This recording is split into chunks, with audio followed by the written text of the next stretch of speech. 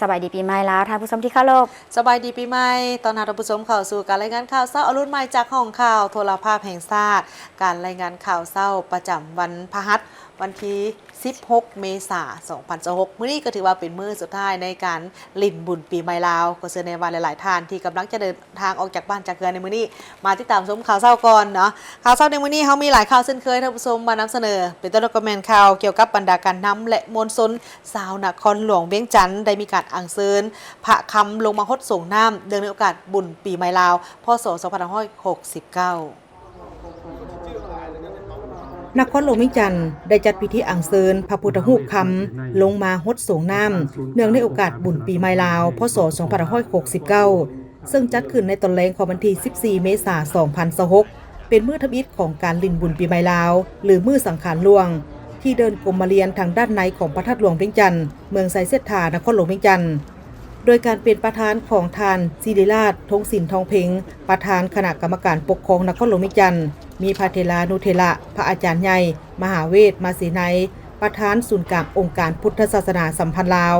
มีบรรดาท่านรองประธานคณะกรรมการปกครองนครหลวงเวียงจันทร์พร้อมด้วยบรรดาการนำเมืองไซเซธาหัวหน่วยธุรกิจบริษัทห่างห้านมวลชนชาวนครหลวงเวียงจันทร์และนักท่องเที่ยวเข้าร่วมในพิธีได้จัดพิธีทั้งศาสนาเพื่ออาราธนาอัญเชิญพระพุทธสุวรรณสาธารธรรมิกราชลงสู่แทนอัญเชิญพระคำประทับอยู่หอใต้เทียนบูชารัตนไตรเป่าสักเขไหวพระหับศิลกล่าวถวายฮดส่งน้ำปัจจัยเครื่องไสยทานสูตรปริตะมงคลเคนบ้างปัจจัยคารวะพระรัตนไตรกล่าวอนุโมทนาโอกาสธรรมและหับพรหยาดน้ำ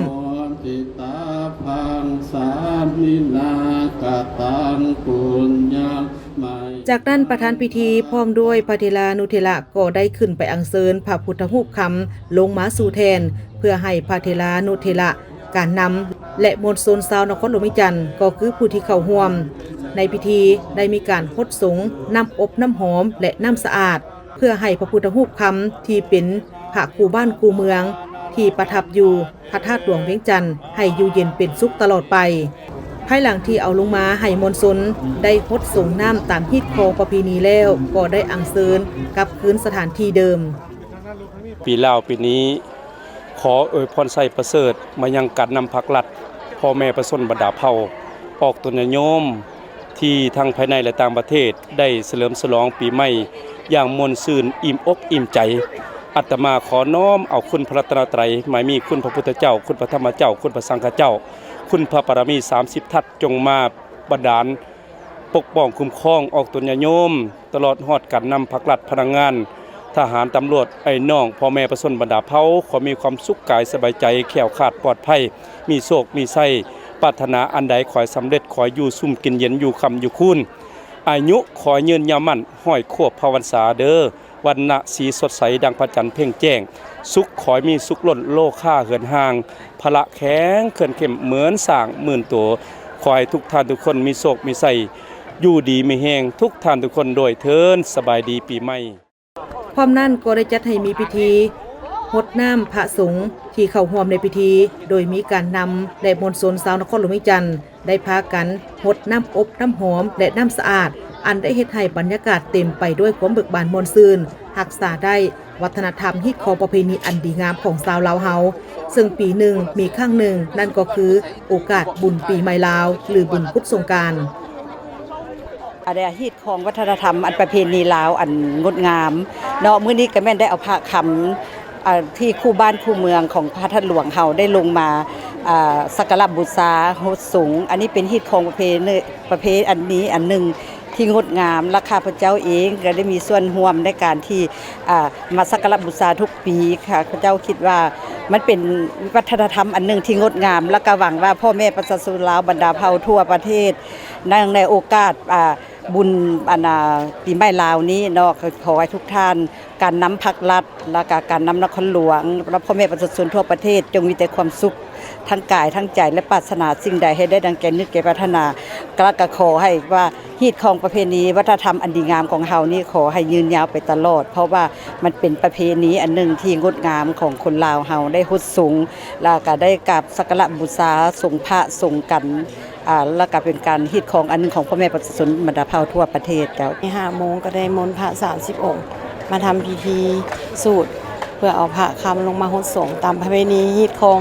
ของลาวเฮาแต่ดึกดำบรรพ์มาเนาะเฮากับบ่ปะฮีตให้มองบ่ปะคองให้เศร้านำพาประชาชนเป็นต้นแม่นอยู่เมืองไซเสถา48 หมู่บ้านแล้วก็การนำภาครัฐนครหลวง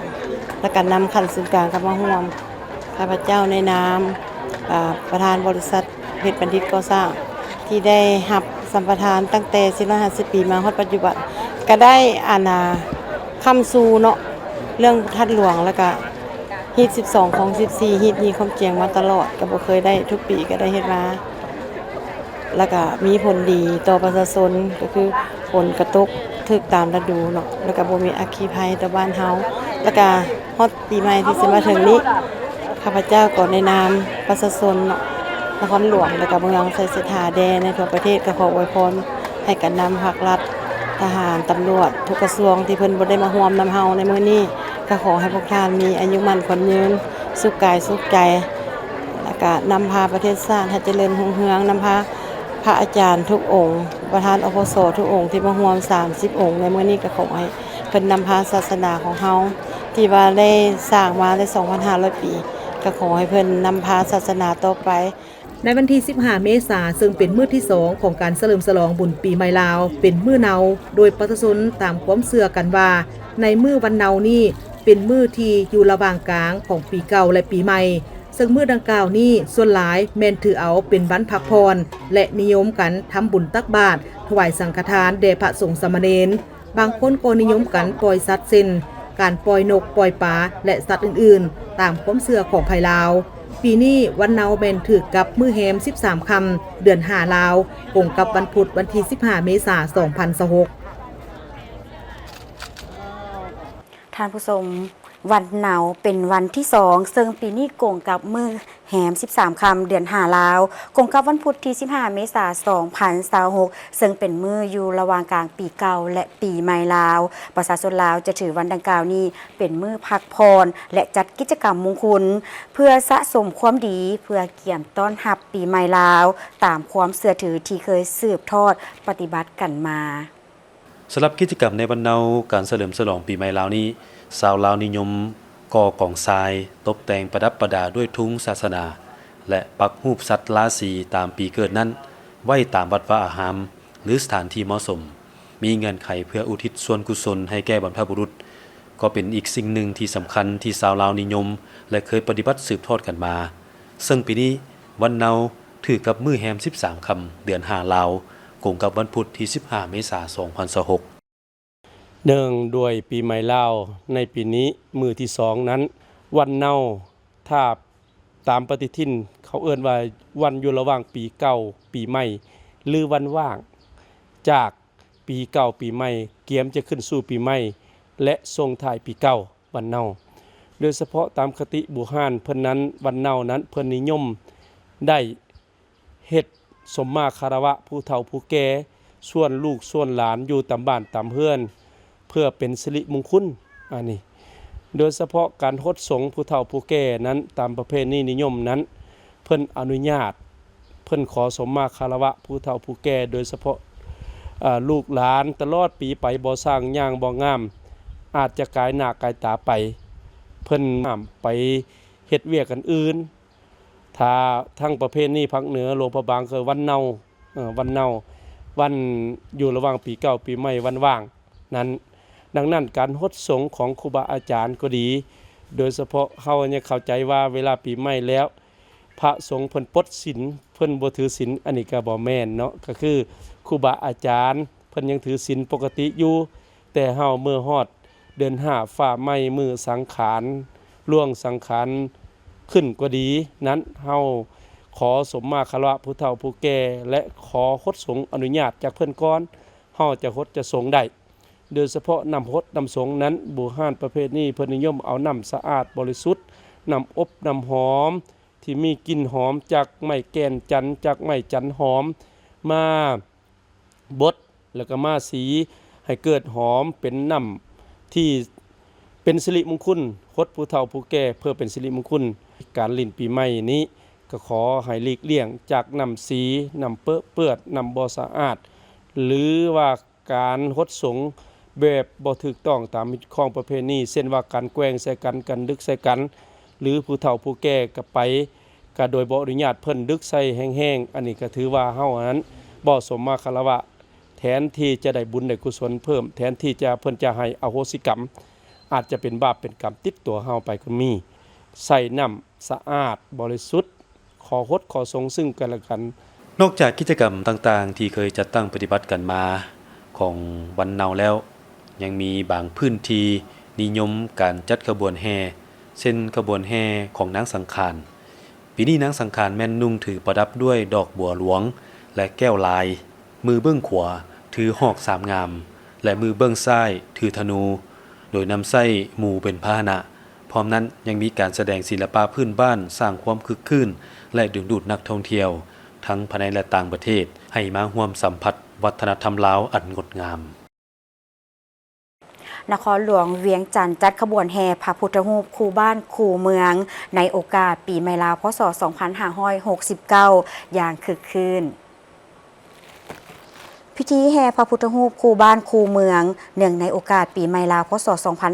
2569 ได้จัดขึ้นในวันที่ 14 เมษายนที่เขตคุ้มเมืองเก่าวัดจันทร์เมืองจันทบุรีนครหลวงเวียงจันทร์ซึ่งนำโดยทานนางวิไลวรณ์จันทราตรีรองประธานคณะกรรมการปกครองนครหลวงเวียงจันทร์มีทานแสงสาธิตพิมพ์เมืองประธานคณะกรรมการปกครองเมืองจันทบุรีโดยให้การต้อนรับอยู่จุดน้ำพุของทานศิริราชทงศิลป์ทองเพงประธานคณะกรรมการปกครองนครหลวงเวียงจันทร์มีการนำภาครัฐทูตตานุทูตองค์การจัดตั้งสากลประจำลาวแผนกวัฒนธรรมและการท่องเที่ยวนครหลวงเวียงจันทร์เฒ่าแก่แนวโฮมพร้อมด้วยพุทธบริษัทพุทธศาสนิกชนตลอดฮอดมวลชนชาวนครหลวงเวียงจันทร์บรรดานักท่องเที่ยวทั้งภายในและต่างประเทศเข้าร่วมอย่างหลวงหลายและฟดฟื้นขบวนแห่พระพุทธรูปคู่บ้านคู่เมืองเป็นหนึ่งกิจกรรมสำคัญหลังที่จัดขึ้นในมื้อเปิดงานบุญปีใหม่ลาวซึ่งปีนี้พิธีได้เริ่มแต่เวลา 13:00 เตาโฮมขบวนแห่โดยมีพิธีทางศาสนาเพื่ออัญเชิญพระพุทธรูปขึ้นสู่ราชรถขบวนแห่ในปีนี้ประกอบมีทั้งหมด10ก้อนกำลังขบวนแห่จากภาคส่วนต่างๆคือก้อนขบวนพระสงฆ์ก้อนขบวนราชรถทั้ง3คันก้อนขบวนนามพระพุทธมนต์และพระมหาเถระเจ้าก้อนขบวนรถที่บรรจุเสียรของพญากบิลพรหมก้อนขบวนกองหลวงก้อนขบวนการนำก้อนขบวนมวลชนก้อนขบวนมโหรีแคนฟ้อนก้อนของรถไฟฟ้ารถกู้ภัยรถตำรวจก้อนขบวนมหาชนก้อนมวลชนก้อนรถเครื่องเสียงพร้อมนั้นยังมีขบวนมวลชนทั่วไปรวมทั้งรถสีน้ำฮดสงตาม2ฝากเส้นทางเฮ็ดให้ขบวนแห่ในครั้งนี้มีบรรยากาศที่ฟดฟื้นมวลซื่นขบวนแห่ดังกล่าวได้เริ่มต้นแต่หน้าวัดอินแปงลงไปฮอด4แยกบริษัทลาวโทรคมเลี้ยวซ้ายมาทางเส้นทาง3แสนไทยขึ้นมาฮอดไฟแดงสีหอมเลี้ยวซ้ายไปหาวัดอินแปงโดยมีระยะทาง2กิโลเมตรโดยบรรยากาศเบิกบานคึกคืนตามเส้นทางที่ขบวนผ่านในวันที่ 14 เมษายนนี้พันตรีเวียงสวรรค์กิตติศักดิ์ฮ้องหัวหน้าตำรวจจราจรของเมืองนาไซทองก็ได้ออกมาให้สัมภาษณ์ต่อกับทีมข่าวโทรภาพแห่งชาติลาวเกี่ยวกับความพร้อมในการรับประกันความสงบและความเป็นระเบียบเรียบร้อยทางด้านการสัญจรในระยะของการเฉลิมฉลองบุญปีใหม่ลาวเพื่อรับประกันความปลอดภัยในการสัญจรตามท้องถนนหลวงในระยะฉลองบุญปีใหม่ลาวพ.ศ. 2569แผนกตำรวจจราจรเมืองนาไซทองได้กะเกี่ยมความพร้อมอย่างเต็มที่โดยได้จัดวางกำลังเจ้าหน้าที่ลงประจำการอยู่ตามป้อมและจุดสำคัญต่างๆตลอด24ชั่วโมงเพื่ออำนวยความสะดวกจัดสรรระเบียบการสัญจรและสกัดกั้นการเกิดอุบัติเหตุอย่างเข้มงวดมาตั้งแต่วันที่12 เมษายนเป็นต้นมา ตั้งด่านกวดกาด้านเทคนิคและเอกสารรถของผู้ขับขี่ทางอำนวยความสะดวกให้ผู้ขับขี่เพื่อลดพรการเกิดอุบัติเหตุในระยะผ่านมายังบ่ทันพบการเกิดกรณีที่ห้ายแฮงเป็นต้นแมนการเมาแล้วครับมีเพียงแต่กรณีที่บ่ถือเอกสารหรือว่าใบขับขี่และบ่ใส่หมวกกันกระทบเท่านั้นนักขับขี่ก็ถือว่ากวดกาไปนี่ก็คือว่าบ่ทันพบเห็นกรณีใดที่ว่าผิดระเบียบหายแหงที่เป็นการดื่มและขับบ่อันนั้นนี่ก็ยังบ่ทันเห็นเนาะเพราะถ้าเราก็ได้กวดกาก็ไปตามปกตินี้ปฏิบัติตามแผนของแผนกจราจรนครหลวงก็คือกองบัญชาการปกส.เมืองนาไซทองนี่เนาะถือว่าสภาพนี่ก็ยังปกติถือว่าบ่มีสภาพหยังหายแหงเกิดขึ้นเนาะเฉพาะอุบัติเหตุในขอบเขตเมืองเฮารับผิดชอบช่วงระยะเฮาเฮ็ดบุญเขาป้องกันบุญปีใหม่มื้อนี้เดี๋ยวเกิดขึ้นนี่มีรายนึงเนาะมีรถจักรต่ำกับรถกระบะอยู่เขตบ้านดงบองหั่นเนาะเห็นให้ผู้ขับขี่ได้รับบาดเจ็บสมควรนี่1คนพาหนะเปสมควรนี่2คันเนาะในโอกาสนี้ช่วงระยะบุญป้องกันปีใหม่นี้ข้าพเจ้าขอฝากถึงนักขับขี่ผู้ใช้รถใช้ถนนมาเล่นบุญปีใหม่อยู่สปป.ลาวนี้ขอให้ปฏิบัติกฎระเบียบจราจรปฏิบัติตามป้ายกำหนดของโครงการกำหนดให้เนาะให้มีสติระวังตัวในการขับขี่หลีกเลี่ยงการดื่มและขับเพื่อหลีกเลี่ยงต่อการเกิดอุบัติเหตุเฉพาะเมืองนาไซทองในระยะการเฉลิมฉลองบุญปีใหม่ลาวมาฮอดวันที่14 เมษายนสภาพการเกิดอุบัติเหตุอยู่ภายในเมืองมีเพียงแต่1รายมีผู้บาดเจ็บเด็กน้อยโอกาสนี้ทานห้องหัวหน้าจราจรเมืองนาไซทองได้เรียกร้องมายังผู้ขับขี่ก็คือพ่อแม่ประชาชนทุกภาคส่วนจงพร้อมกันยกสูงสติเคารพกฎระเบียบจราจรอย่างเข้มงวดถ้าดื่มสิ่งมึนเมาแล้วห้ามขับขี่เด็ดขาดเพื่อร่วมกันลดพรสถิติการเกิดอุบัติเหตุการบาดเจ็บและการสูญเสียชีวิตให้ลดลงเพื่อเฮ็ดให้การเฉลิมฉลองบุญปีใหม่ลาวในปีนี้เต็มไปด้วยความเบิกบานมวลซื่นและมีความปลอดภัยห้อยส่วนห้อยไปเบิ่งบรรยากาศการซื้อขายในมื้อหนาวท่านผู้ชมเครื่องเล่นบุญปีใหม่อยู่ตามห้านแคมทางส่วนหลายแม่นประเภทของหมวกถุงกันน้ำและเครื่องฮดส่งผ้าการเฉลิมฉลองบุญปีใหม่ลาวพ.ศ. 2569 ปีนี้แม่นท่ามกลางบรรยากาศร้อนอบอ้าวหลายสังเกตเห็นว่าบรรดาห้านขายเครื่องตามแคมทางบ้านโพนตองจอมณีหาบ้านศรีวิไลคำหุงแม่นได้นำเอาสินค้าประเภทต่างๆมาวางขายโดยเฉพาะเครื่องนุ่งถือหมวกถุงกันน้ำอุปกรณ์ฮดส่งผ้าและอื่นๆจากการให้สัมภาษณ์แม่ค้าหลายท่านได้ให้ฮู้ว่าบรรยากาศการซื้อขายปีนี้บ่ค่อยคือครึ่งปานใดอาจเป็นเพราะสภาพเศรษฐกิจค่าของชีพสูงสิ่งที่ประชาชนจับจ่ายส่วนหลายเป็นสิ่งของที่จำเป็นเช่นหมวกถุงกันน้ำและเครื่องส่งผ้าปีนี้มาขายเครื่องอยู่แถวโทรภาพวิทยุขายเกี่ยวกับผู้หมวกถุงกันน้ำ เฮาส่วนใหญ่เฮาจะเน้นเครื่องเงินส่งพระแล้วก็เป็นหมวกเพราะอากาศบ้านเฮามันร้อนแล้วก็แว่นตาด้านราคาจากการสอบถามเห็นว่าปีนี้ราคาสินค้าจะมีราคาเพิ่มขึ้นจากปีผ่านมาขึ้นกับอัตราขึ้นลงของเงินและสินค้าส่วนหลายแม่นนำเข้าฉะนั้นราคาจริงจึงมีการเน่งติงไปนำอัตราเงินเฟ้อบ้านเฮามันผลิตหยังบ่ได้เนาะต้องนำเข้าต้องอิงใส่อัตราแลกเปลี่ยนน่ะนะเฮาซื้อแพงเฮาก็ต้องได้ขายแพงขึ้นหน่อยนึงเพื่อความอยู่รอดของเฮาก็ฝากถึงลูกหลานผู้ที่ว่าเกิดใหม่ใหญ่รุ่นน่ะการไปลิ้นไปเที่ยวนี่ก็ให้คำนึงถึงความปลอดภัยเนาะบ่ให้ดื่มสิ่งมึนเมาแล้วขับรถเนาะเพื่อลดอุบัติเหตุนะเพื่อรักษาชีวิตของเฮาเองนั่นแหละไปคันถ้าเราเป็นอย่างมาแล้วเศรษฐกิจมันก็ย่ำแย่อยู่แล้วนะต้องไปเสียเงินรักษาเฮาเองบ่หรือว่าถึงขั้นเสียชีวิตสิหยังไปนะอันนี้ก็ป้างให้ลูกให้หลานลิ้นพอประมาณให้มันม่วนมันซื่น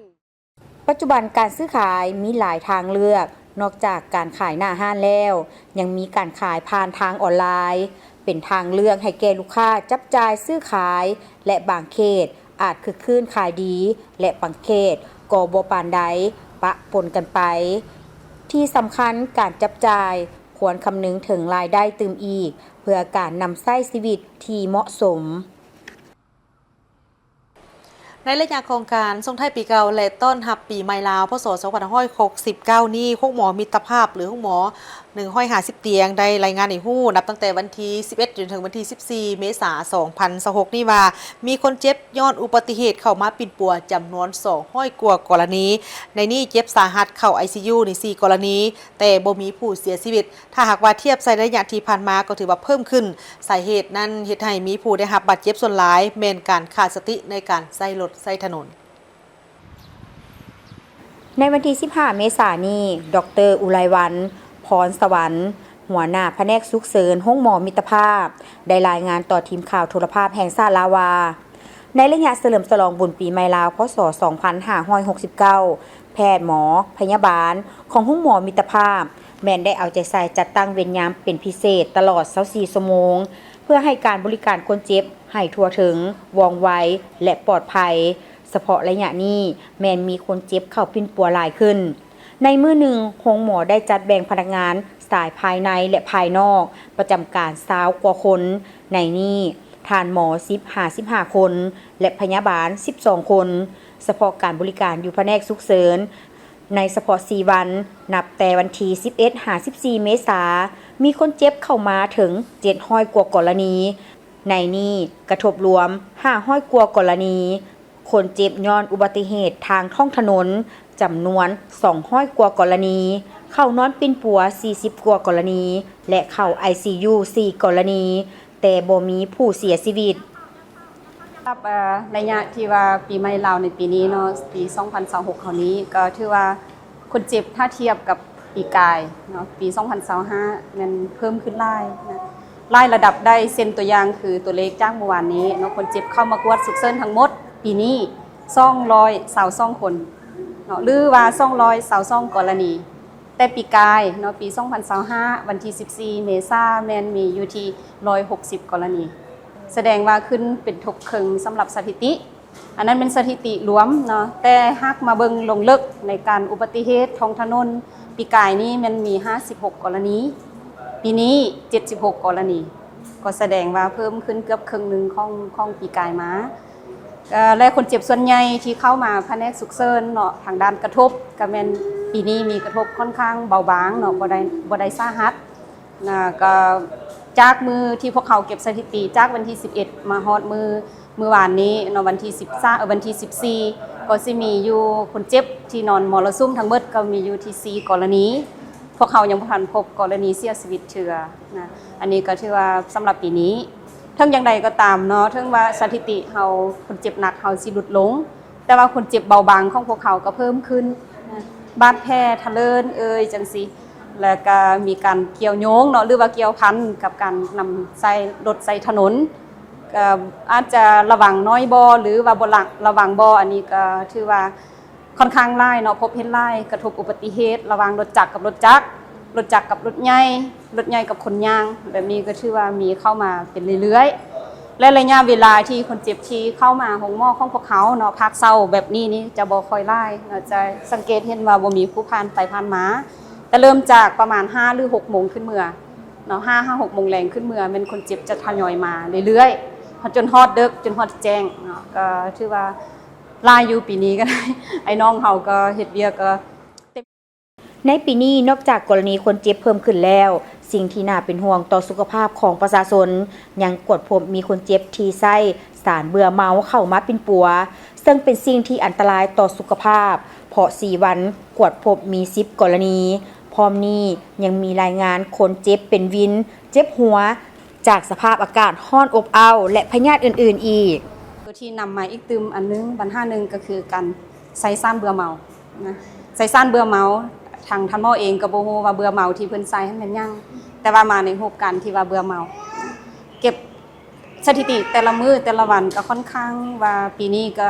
ถึงว่าสิบ่หลายซ้ำปีกายเนาะแต่ก็ยังพอมาเรื่อยๆอยู่นะนอกจากใส่ซ่านเบื่อเมาแล้วยังเกี่ยวข้องกับอาการเจ็บท้อง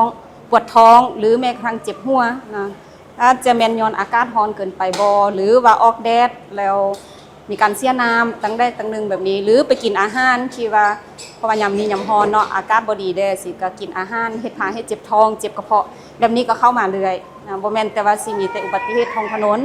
หลายพยาธิเนาะหลายสิ่งที่เข้ามาใน ต่อกับสภาพดังกล่าว ดร.อุไรวรรณ พรสวรรค์ได้แสดงความเป็นห่วงต่อสุขภาพของพ่อแม่ประชาชนและเรียกร้องให้เอาใจใส่รักษาสุขภาพของตนให้ดีพร้อมนี้เพื่อรับประกันการบริการปิ่นปัวสุขภาพให้แก่พ่อแม่ประชาชนในระยะเฉลิมฉลองบุญปีใหม่ลาวพ.ศ. 2569 นี้แพทย์หมอพยาบาลยังสืบต่อเอาใจใส่เป็นพิเศษในการให้บริการปิ่นปัวคนเจ็บฉุกเฉินมีการคัดกรองคนเจ็บผ่านระบบข้อมูลทันสมัยในท่ามกลางที่หลายคนพร้อมเฉลิมฉลองบุญปีใหม่ลาวอย่างเบิกบานมวลซื่นทางกองเลขาคณะกรรมการคุ้มครองภัยพิบัติกระทรวงป้องกันความสงบก็ได้มีการสมทบกับทางกองบัญชาการทหารนครหลวงและกองบัญชาการทหารอากาศได้นำเอายนต์มี17จำนวน2ลำพร้อมกับอุปกรณ์สืบต่อในการเล็งใส่สกัดกั้นมอดไฟใหม่ล้ามป่าอยู่เขตเมืองสังทองในเมื่อวันที่ 14 เมษายน 2026 กองเลขาคณะ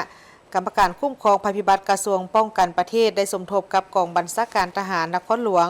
และกองบัญชาการทหารอากาศได้นำเอายนต์มี17จำนวน2ลำพร้อมกับอุปกรณ์มอดไฟใหม่ล้ามป่าประสานสมทบกับทางกองเลขาคณะกรรมการคุ้มครองภัยพิบัติขั้นศูนย์กลางลงไปสมทบกับทางองค์การปกครองท้องถิ่นของเมืองสังทองเพื่อจัดตั้งปฏิบัติมอดไฟใหม่ล้ามป่าอยู่เขตภูพนังขอบเขตเมืองสังทองซึ่งนำพาโดยทันคำสวยอุนดาลาเลขาพรรคเมืองสังทองพร้อมด้วยคณะโดยมีพันเอกศรีนวลวงนาไซ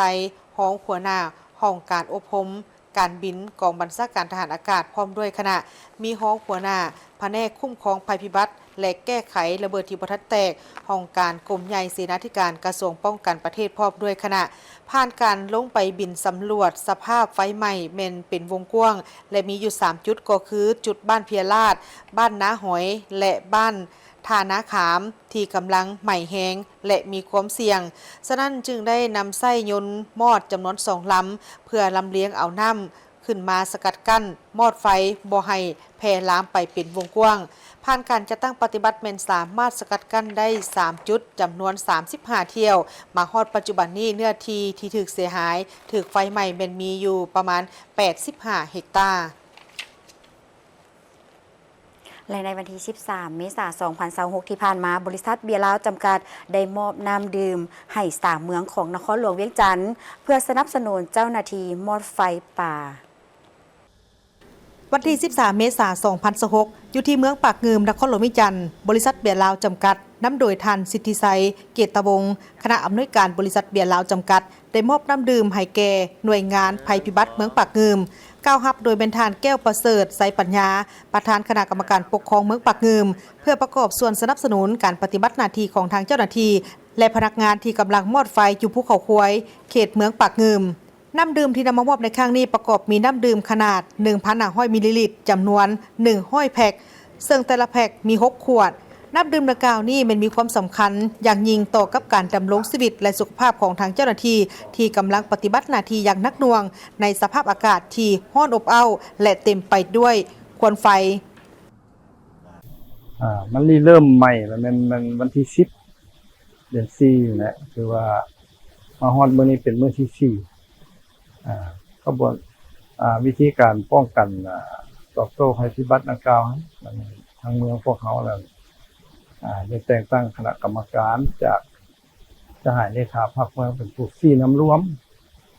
ประธานของประธานคณะกรรมการปกครองเมืองอะไรนั้นได้นำพาลงที่ภาคสนามบวกใส่กับบรรดาหัวหน้าห้องการเช่นห้องการกสิกรรมสิ่งแวดล้อมแล้วก็ทหารกองพันทหารทั้ง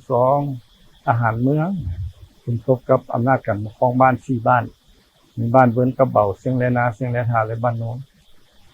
บวกใส่กับพ่อแม่ปลาสูงอยู่บ้านนั้นแล้วก็กำลังของทหารขึ้นไปมอดไฟหรือว่าใช้เวลาอยู่มื้อนี้เป็นมื้อที่4 เฉลี่ยแต่ละมื้ออะไรมันบ่รุด150ให้งาน การไหม้ของไฟอยู่เทิงภูหันมาฮอดมื้อนี้มื้อที่4ประเมินจากวิชาการแล้วมัน196เฮกตาร์ครับแรงงานที่พวกเราได้นำใส่เข้าไปอันนั้นมัน877แรงงานมื้อนี้คิดว่ามันสำเร็จเนาะ ภายหลังที่พวกเราได้รับทราบเนาะจากหน่วยงานภัยพิบัติแห่งชาตินั้นเนาะว่ามีไฟลามป่าเนาะไฟลามป่าอยู่ 2-3 เมืองนี่ในคงเขตกำแพงนครนี้เนาะก็มีเมืองสังทองเมืองสีโคตรแล้วก็เมืองปากงืมเนาะเบื้องต้นพวกเราก็ได้ตัดสินใจเนาะมอบน้ำดื่มจำนวนทั้งหมดหัน300แพ็คเนาะซึ่งเป็นน้ำดื่ม 1,500 มิลลิลิตรเนาะและ6แพ็คหนึ่งหันมี6 ขวดเนาะพวกเราได้มอบให้3 เมืองละ100เนาะแต่อันนี้มันก็เป็นการช่วยเหลือเบื้องต้นเพราะว่าน้ำดื่มนี่สำคัญหลายเพื่อเฮ็ดใดเป็นการช่วยเหลือและสุขยุไอ้น้องหันหรือว่ากองกำลังของพวกเราหันที่ขึ้นไปมอดไฟหันเพราะว่าพวกเจ้าจะขึ้นไปแต่เช้าเนาะและเขาจะถือเสบียงไปเพราะฉะนั้นพวกเราจึงเห็นว่าน้ำดื่ม 1.5 ลิตรนี่นะมีความสำคัญหลายและมันก็พกพาได้ง่ายเนาะขึ้นไปแต่เช้าก็ตอนแรงกินกับพร้อมเสบียงก็มีน้ำข้าวปลาอาหารต่างๆขึ้นไปและการที่มอดไฟหันเนาะตามได้รับการรายงานจากทางปกครองเมืองเพิ่นนี้เนาะเพิ่นก็ถือว่ามาฮอดมื้อนี้เป็นมื้อที่4แล้วก็มีท่าอีหยังว่าเพิ่นจะสามารถสกัดไฟหันให้ได้เนาะอันนี้ก็สมเสยแล้วก็ถ้าว่าเฮาสกัดไฟได้หลายเท่าที่จะไว้ได้ท่านสิทธิไซเกตวงศ์คณะอำนวยการบริษัทเบียร์ลาวจำกัดยังได้ฮู้ตื่มอีกว่าการช่วยเหลือในครั้งนี้มีขึ้นภายหลังที่ได้รับการรายงานจากหน่วยงานภัยพิบัติแห่งชาติว่ามีไฟไหม้ลามป่าอยู่หลายพื้นที่ของนครหลวงมิจันทร์รวมทั้งเมืองสังทองเมืองสีโคตะบองและเมืองปากงืมแต่ละเมืองมอบ100แพ็คนี่ถือเป็นเมืองที่3ที่บริษัทเบียร์ลาวได้ให้การช่วยเหลือไฟไหม้ป่าเหล่านี้ได้สร้างความเสียหายอย่างหลวงหลายต่อกับป่าไม้สัตว์ป่าและสิ่งแวดล้อมทั้งเป็นการส่งผลกระทบต่อคุณภาพอากาศโดยเฉพาะแม่นปัญหาฝุ่นละออง PM 2.5 และการเปลี่ยนแปลงของอุณหภูมิโลกบริษัทเบียร์ลาวหวังว่าการประกอบส่วนในครั้งนี้จะเป็นการประกอบส่วนช่วยให้ทางเจ้าหน้าที่สามารถควบคุมสถานการณ์ไฟไหม้ป่าภายใน 2-3 วันข้างหน้านี้จะพาท่านผู้ชมไปเบิ่งบรรยากาศงานบุญปีใหม่ลาวที่แขวงหลวงพระบางนางลีต้าแสงสวัสดิ์ได้เป็นนางสังขารประจำปีพศ2569เมืองมรดกโลกแขวงหลวงพระบางการประกวดนางสังขารประจำปีพศ2569 คศ2026ได้สำเร็จลงด้วยความเบิกบานมนต์ซื่นในค่ำคืนของวันที่12 เมษายน 2026 นี้ที่เดินทัดหลวงนครพระบางโดยมีท่านบุญเลื่อมมณีวงศ์ประธานสภาประชาชนแขวงท่านบุญเลื่อสิ้นใสวรวงศ์ประธานคณะกรรมการปกครองแขวงพร้อมการนำของแขวงนครพระบางมวลชนทางภายในและต่างประเทศเข้าร่วมสมร่วมเสียอย่างขับขาหน้าแน่นผ่านการย่างแสดงความงามด้วยหอยยิ้มและกิริยามารยาทอันอ่อนซอยของ30 สาวงามเทิงเวทีประกวดที่ประดับด้วยสุดสลับหรือสุดประจำศาสตร์ของแม่หญิงลาวสลับด้วยการแสดงศิลปะวรรณคดีจากนักเรียนโรงเรียนภายในเทศบาลนครพระบางทั้งได้มีการจัดประเภทรางวัลขวัญใจประชาชนโดยแมนสาวงามผู้เข้าประกวดหมายเลข16นางสุนิตาวิทยาพรได้รับรางวัลเงินสด7 ล้านกีบจากนั้นได้คัดเลือกนางสาวงามเข้าประกวดรอบ15 คนสุดท้ายและ7 คนสุดท้ายพร้อมทั้งตอบคำถามความรู้รอบตัวตามลำดับผ่านการตัดสินด้วยคะแนนเสียงอย่างเป็นเอกฉันท์คณะกรรมการได้ตัดสินให้นางลีตาแสงสวัสดิ์ผู้เข้าประกวดหมายเลข4ได้เป็นนางสังขารประจำปีพศ2569 คศ2026ได้รับเลิงเคิงสัญลักษณ์ของนางสังขารหรือมงกุฎพร้อมสายสะพายไม้คำและเงินสด27 ล้านกีบอันดับที่2นางนิดดาวัน บรรดาวงผู้เข้าประกวดหมายเลข26ได้รับสายสะพายไม่คำและเงินสด23ล้านกีบอันดับที่3นางยานิสาบุริยาพลผู้เข้าประกวดหมายเลข17ได้รับสายสะพายไม่คำและเงินสด21ล้านกีบอันดับที่4นางสุสดามีใสผลผู้เข้าประกวดหมายเลข22ได้รับสายสะพายไม่คำ1เส้นพร้อมเงินสด20ล้านกีบอันดับที่5นางสุนิตาวิทยาพรผู้เข้าประกวดหมายเลข16ได้รับสายสะพายไม่คำพร้อมเงินสด19ล้านกีบอันดับที่6นางประกายฟ้าวงคำจันทร์ผู้เข้าประกวดหมายเลข10ได้รับสายสะพายไม่คำพร้อมเงินสด18ล้านกีบและอันดับที่7นางยิงหลักผมมะวันผู้เข้าประกวดหมายเลข28ได้รับสายสะพายไม่คำพร้อมเงินสด17ล้านกีบนอกนั้นบริษัทลาวโทรคมมนาคมได้มอบเงินรางวัลเป็นมูลค่าโทให้นางสาวที่ได้รับอันดับที่1 5ที่3ผู้ละ5,80,000 กีบมอบให้นางสาวที่ได้รับอันดับ4หาที่7ผู้ละ3,480,000 กีบโอกาสนี้นางสังคารประจำปีพศ2568 ขศ2025ได้ขึ้นอำลาหน้าที่เทิงเวทีอันทรงเกียรติพร้อมทางมอบเลิงเคิงและสายสะพายให้นางสังคารประจำปีคศ2026ด้วยความภาคภูมิใจจากนั้นประธานคณะกรรมการปกครองแขวงได้มอบปังยองยอและซอดอกไม้เพื่อแสดงความยินดีกับนางสาวเข้าประกวดทั้ง7คนที่เป็นตัวแทนให้กับลูกสาวของพญากะปิลพลตื่มอีก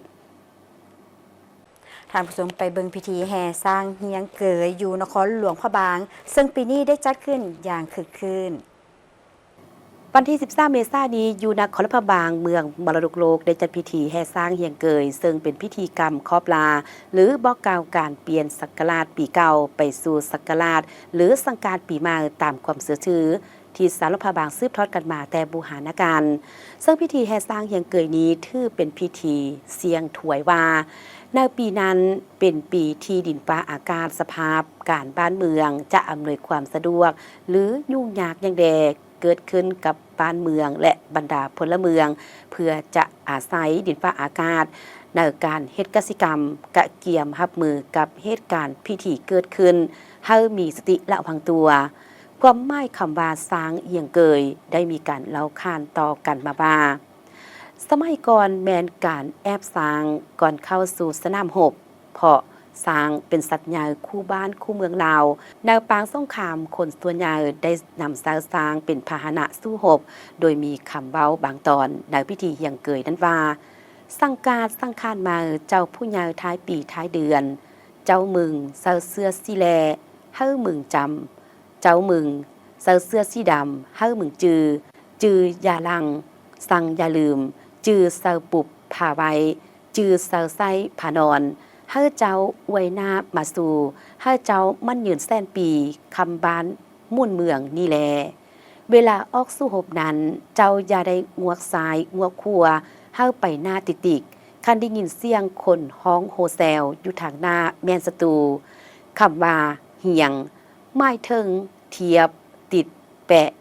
ยับเข้าใส่กันและคำว่าเกยแม่นคำศัพท์ที่ได้มาจากภาษากะมุ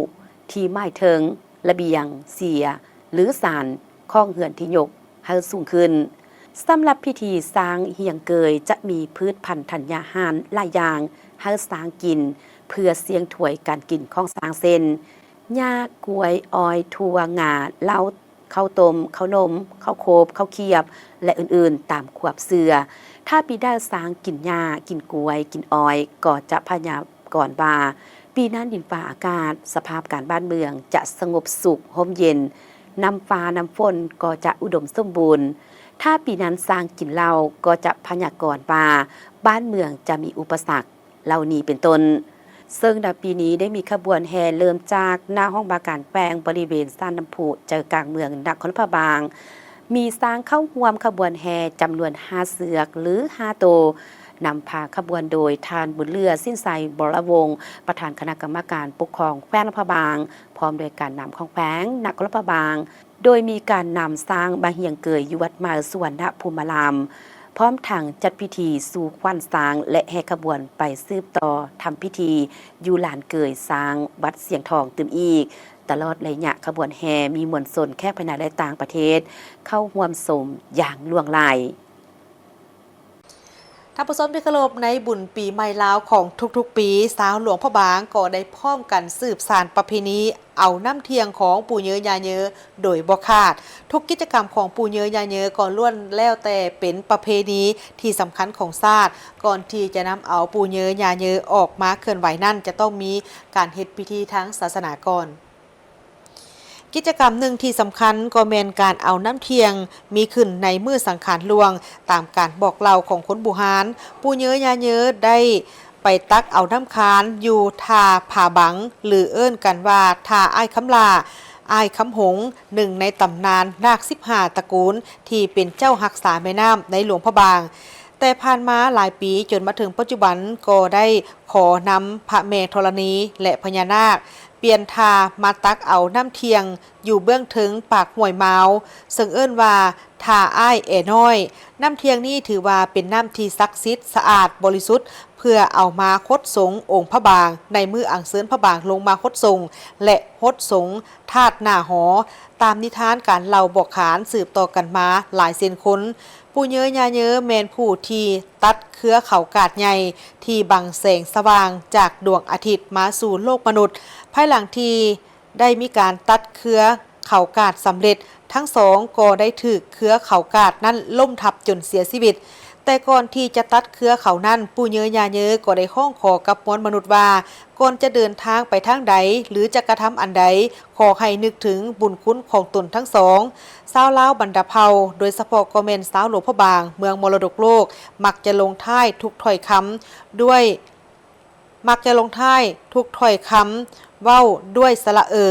สำหรับปู่เยอยาเยอแม่นได้รับการเคารพนับถือมาหลายเซนคนปัจจุบันกิจกรรมที่เกี่ยวพันกับปู่เยอยาเยอหรือหอเทวดาหลวงครอบครัวพงสวรรค์ได้นำพาลูกหลานและประชาชนบรรดาเผ่าพร้อมกันอนุรักษ์วัฒนธรรมการเชื่อถือนี้มาโดยตลอดพอฮอดปีใหม่ลาวของทุกๆปีก็ได้มีการปฏิบัติพิธีทางศาสนาเพื่อบูชาแด่ปู่เยอยาเยอด้วยขนมของหวานสำหรับประเพณีของการตักน้ำเทียงของปู่เยอยาเยอแม่นมีขึ้นในมื้อสังขารหลวงของทุกๆปีภายหลังที่สำเร็จการตบพระธาตุทรายภายในวัดว่าอาหามก็ได้มีการแห่ขบวนออกจากหอเทวดาหลวงวัดว่าอาหามไปตามเส้นทางบ้านบิซุนหาบ้านมื่นนาแล้วลงไปหาทาน้ำค้านเพื่อตักเอาน้ำเทียงแล้วก็แห่กลับคืนสู่หอจากการตักน้ำเทียงปู่เยอยาเยอและสิงแก้วสิงคำจะเข้าร่วมขบวนแห่วอจากวัดมหาธาตุถึงวัดเสียงทองในมื้อสังขารเนาและแห่กลับคืนจากวัดเสียงทองหาวัดมหาธาตุในมื้อสังขารขึ้นพร้อมกันนั้นก็เข้าร่วมพิธีฮดสงองค์พระบางในมื้ออังเซินลงฮดสงและตอนแลงก็มีพิธีฟ้อนล้ำถวายพระเจ้าองค์หลวงวัดวิสุทธราชตอนบ่ายของวันที่18เมษายนมีพิธีสูตรปริตามงคลถวายปู่เยอยาเยอและสิงแก้วสิงคำฟ้อนล้ำถวายพระธาตุปากเค็ดปากย้ำและพระธาตุค้ำไขภายหลังที่สำเร็จก็อังเซินกลับคืนเข้าสู่หีบเก็บรักษาไว้ภายในวัดอารามอุตุมราธานีตามเดิมแผนกวัฒนธรรมและการท่องเที่ยวของทางแขวงขมวนได้จัดพิธีเฉลิมฉลองบุญปีใหม่ลาวพศ2569เพื่อเป็นการสืบทอดประเพณีดีงามของชาติลาวแผนกวัฒนธรรมและการท่องเที่ยวแขวงขมวนได้จัดงานเฉลิมฉลองบุญปีใหม่ลาวพศ2569โดยมีท่านมโนทองพงศวัฒน์ว่าการหัวหน้าแผนกวัฒนธรรมและการท่องเที่ยวแขวงมีบรรดาพนักงานอาวุโสบำนาญและพนักงานลักแรงภายในแผนกเข้าร่วมงานเฉลิมฉลองดังกล่าวมีกิจกรรมบาสีสู่ขวัญหดน้ำส่งพนักงานอาวุโสบำนาญพนักงานการนำและกิจกรรมอื่นๆที่เต็มไปด้วยความม่วนซื่นซึ่งนอกจากเป็นการสืบทอดบุญประเพณีดีงามของชาติลาวแล้วยังเป็นการสร้างความสัมพันธ์และความสามัคคีภายในระหว่างพนักงานภายในแผนกวัฒนธรรมและการท่องเที่ยวและพนักงานอาวุโสบำนาญโดยได้ร่วมกันสร้างบรรยากาศที่เต็มไปด้วยความม่วนซื่นและมอบคำอวยพรที่มีความหมายให้แก่กันและกัน